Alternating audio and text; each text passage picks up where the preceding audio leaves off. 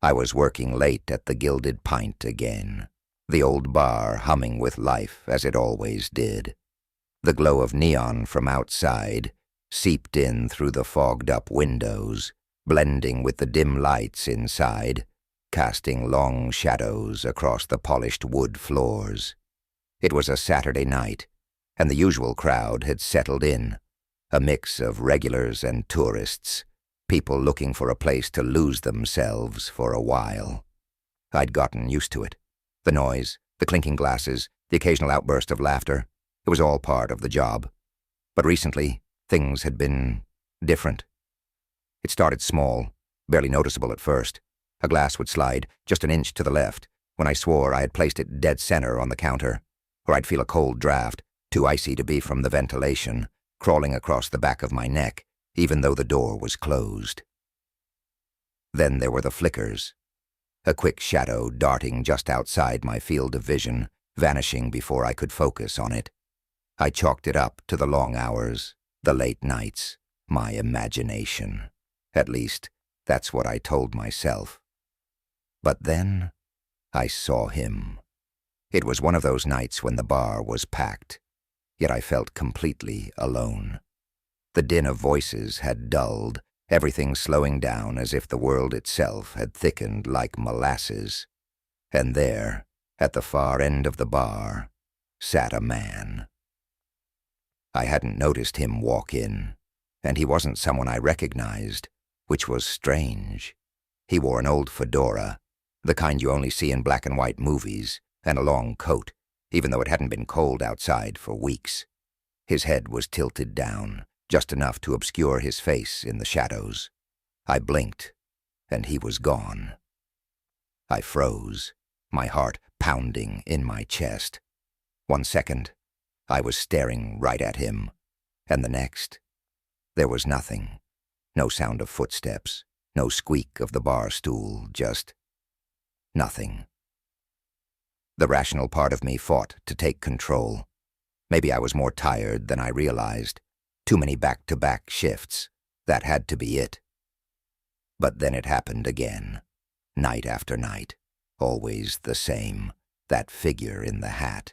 I'd catch glimpses of him in the reflection of the liquor bottles behind the bar, or I'd turn my head, and there he'd be, sitting at the corner, always in that same damned seat. And just as quickly as I saw him, he'd be gone. I started talking about it with Frank, the old-timer who'd been working here for over a decade. He just nodded solemnly when I told him, his face grim in the low light. "You've seen Edward," he said. I laughed, but there was no humor in it. "Edward? Who's Edward?" Frank leaned in, his voice low, almost drowned out by the bar's background noise. "Edward used to be a regular, years ago. The Gilded Pint was his spot, every night.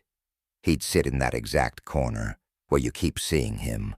Then, one night, on his way home, a car hit him. He never made it home." I felt a chill creep down my spine. "So what? You think his ghost is hanging around?" Frank shrugged. "I'm not saying I believe in ghosts, but strange things started happening right after his accident. You're not the first to see him." I couldn't shake the feeling that Frank was right. Edward, if that's who it was, wasn't just some figment of my imagination. He was real, or at least had been real once. And whatever had tied him to this place wasn't letting go. Things got worse after that. Now, it wasn't just seeing him. Objects began to move on their own, subtle at first, like a bottle tipping over or a stool shifting slightly. But then one night, as I was closing up, a glass flew off the shelf, shattering against the wall. No one was in the bar but me. I stood there, frozen in place, the sound of breaking glass still ringing in my ears. And that's when I heard it. A voice. Low, raspy, barely more than a whisper. "Jake." I spun around, my heart racing, but the bar was empty. My eyes darted to the corner where Edward always appeared, and sure enough, There he was. Except this time he wasn't just sitting there. He was standing, his head still tilted down, the brim of his fedora casting his face in deep shadow. "What do you want?" I stammered, my voice shaking. The figure didn't move, but I felt a sudden, overwhelming sense of sadness wash over me. It was like a weight pressing down on my chest, making it hard to breathe. I couldn't take my eyes off him, even though every instinct in my body screamed at me to run.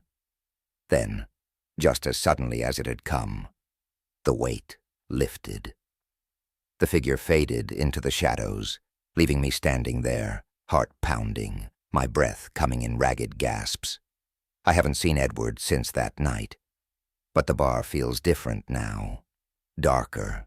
I keep waiting for him to return, for the glass to fly off the shelf, or for that voice to whisper my name again. And deep down, I know that one night, when the neon lights flicker and the bar quiets, Edward will be back. Because some spirits, they never leave. The air crackled with laughter, a symphony of joy and camaraderie that filled the room. The thumping bass of a popular song pulsed through the neon palm, making the floor beneath my feet vibrate with energy. Friday nights were always like this. Chaotic, loud, but somehow comforting.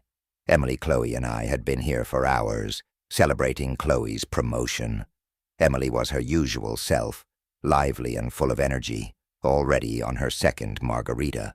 Chloe, usually the quiet one, had a glow about her, the excitement of her success reflected in her eyes. As for me, I was just happy to see them both smiling. We'd been planning this night for weeks, and everything felt perfect.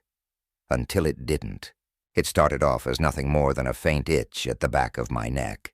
I figured it was the heat of the crowd, the dense air in the packed bar, but soon enough I noticed something else. A presence.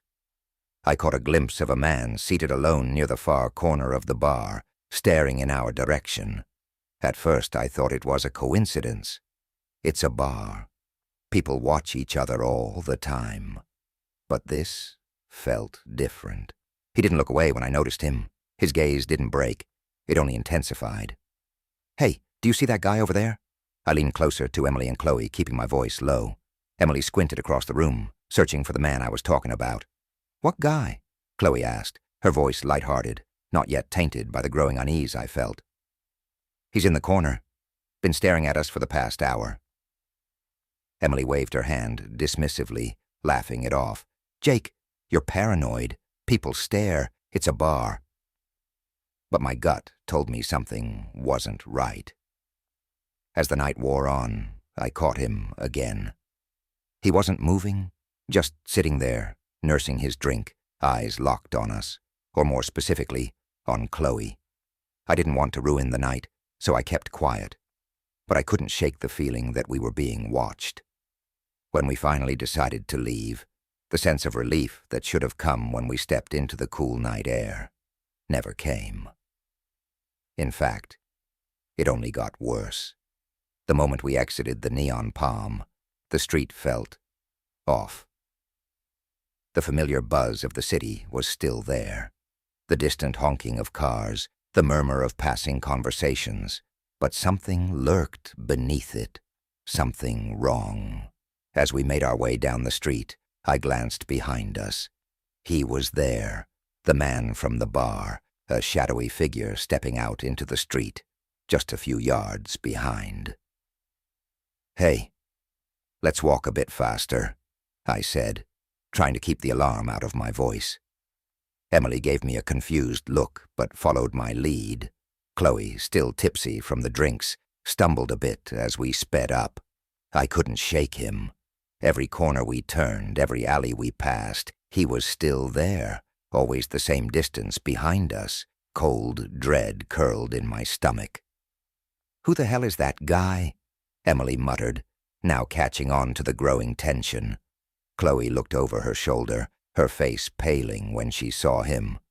"We need to get to my car," I said. My voice was too calm for how I felt inside, but I didn't want to panic them. Panic wouldn't help.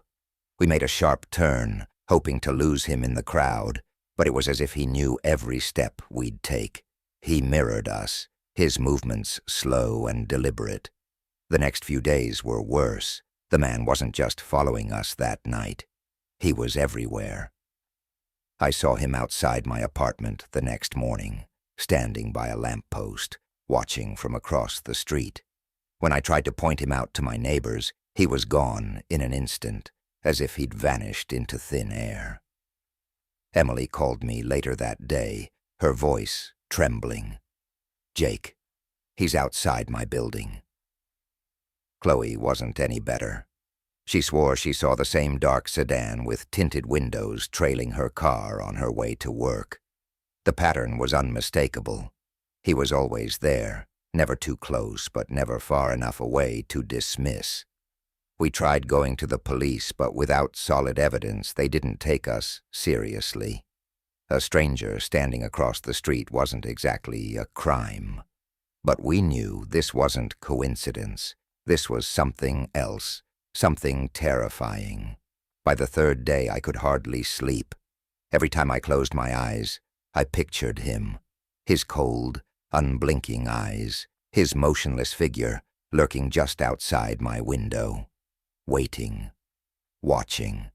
I didn't know what he wanted, but I knew he wouldn't stop until he had it.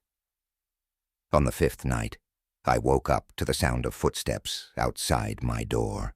My heart pounded in my chest as I crept to the window. The dark sedan was parked across the street, headlights off. A silhouette moved toward my building.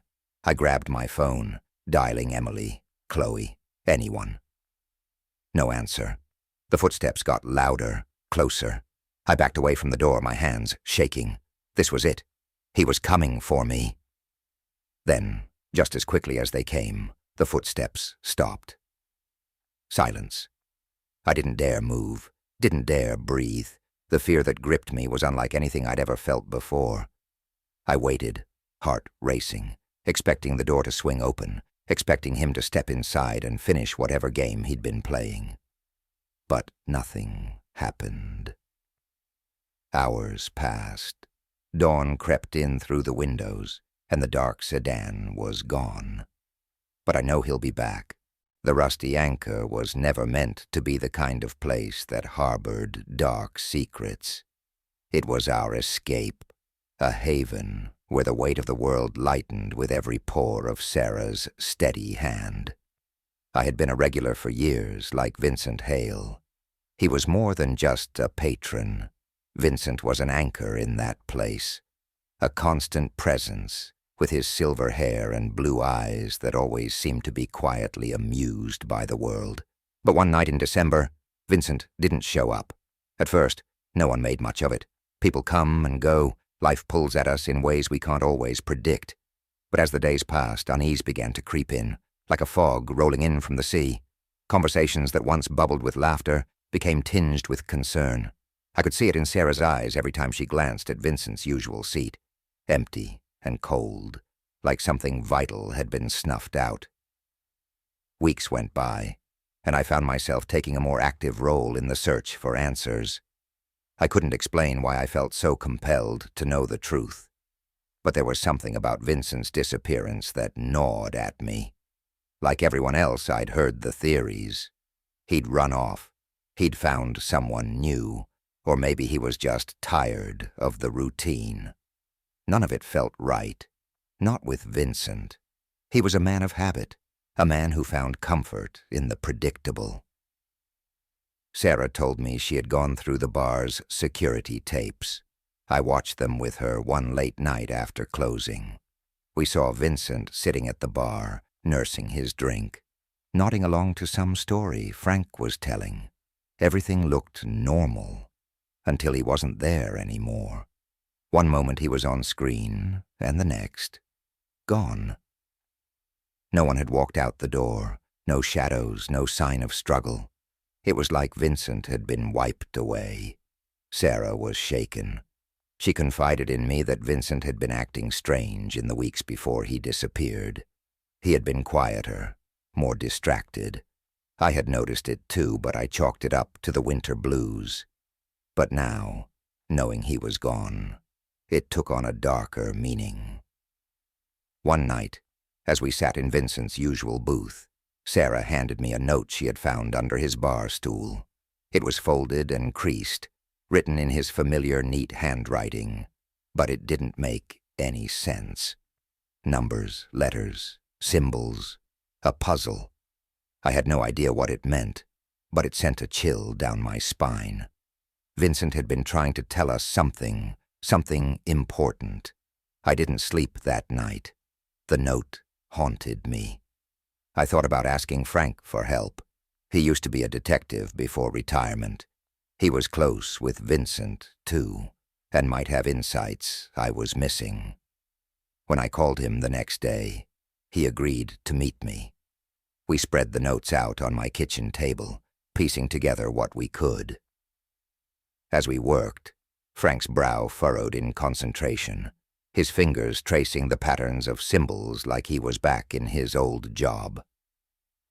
Hours passed before we cracked a part of the code. The numbers correlated to specific dates, but not just any dates. They were tied to events at the bar, fights, accidents, and other strange occurrences that had happened over the years, moments that, when lined up, formed a timeline of increasing intensity. Vincent had been tracking something. But what? Frank suggested we start visiting the places Vincent had marked on his timeline. Maybe there were clues out there, something we had missed. The first stop was the old pier, a place where Vincent had often gone fishing. When we arrived, the wind off the water was sharp, and the sky was heavy with clouds. We searched for hours, but found nothing. Just as we were about to give up, Frank noticed something wedged between the planks of the dock, a torn piece of fabric, stained with what looked like dried blood. That night I couldn't shake the feeling that we were being watched. The sensation clung to me like damp clothes, cold and invasive. I closed the blinds, double-checked the locks on my doors, but sleep was hard to come by. The following days passed in a blur of research and dead-end scenes. More notes were uncovered, more strange symbols that led us nowhere. But then Frank went missing. He had been fine, or at least I thought he had been. We were supposed to meet at the bar to discuss our next move, but he never showed up. I called his phone. Nothing. Went by his apartment. No sign of him. Panic set in. This was happening again, and I was next. I could feel it in my bones, the way Vincent's absence had settled into my gut like a stone. I went back to the Rusty Anchor, desperate for answers, desperate to know what was happening. As I walked through the door, I noticed something new. A figure in the corner, half hidden in the shadows. At first, I thought it was Vincent. My heart leaped in my chest. But as I approached, the figure melted away into nothingness, like smoke caught in the wind. My pulse raced as I realized I wasn't alone. The truth hit me then. This wasn't just about Vincent or Frank. This was something older, darker. It had been here all along, hiding in plain sight, waiting. We weren't just patrons in some neighborhood bar. We were prey. And now, it was coming for me.